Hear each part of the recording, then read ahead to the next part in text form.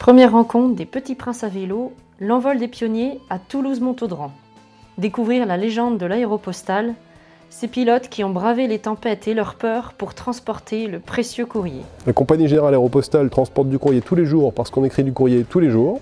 Le courrier, c'est un peu sacré, c'est quelque chose d'important parce que les gens payent cher pour l'envoyer, d'une part, et ensuite, généralement, ce qu'ils écrivent, c'est quelque chose d'important.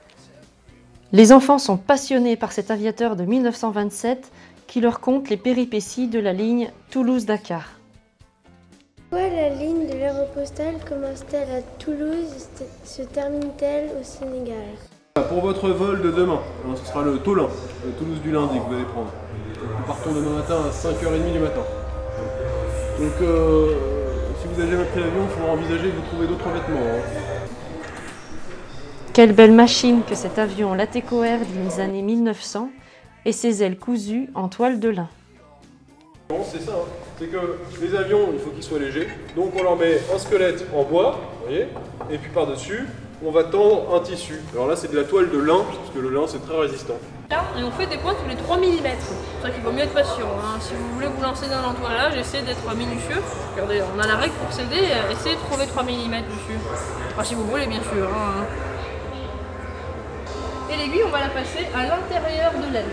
Donc là, je vais avoir besoin d'une collègue, si ça ne vous dérange pas. Hein. Si vous pouvez vous mettre de l'autre sens. Alors moi, donc après, je vous la repasse, vous me la repassez, et on va faire donc des points tous les 10 cm. Donc je lui la passe, elle me la passe, je lui la passe, elle me la passe, je lui la passe, elle me la passe, je lui la passe, elle me la passe. Il faut garder le rythme. Hein. Je lui la passe, elle me la passe, je lui la passe, elle me la passe. On a terminé cette. Nous rentrons dans la légende des pionniers, Mermoz, Guillaumet et bien sûr Saint-Exupéry. Une violente tempête de neige bloque le passage. Impossible de franchir le col transcendant. Je suis pris par des vents soufflant jusqu'à 5 km. On est en avion, on ne fait que passer par des chemins qui n'existent pas. Donc c'est découvrir en fait les faces cachées de la Terre. Les faces cachées d'un monde qui est beaucoup plus vaste, beaucoup plus grand et beaucoup plus diversifié que ce qu'on pense.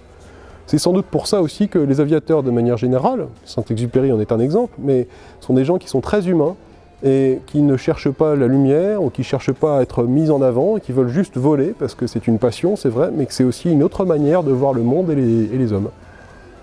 Et forcément, quand les petits princes à vélo rencontrent un aviateur, ils lui demandent « S'il vous plaît, dessine-moi un mouton ». C'est mon mouton.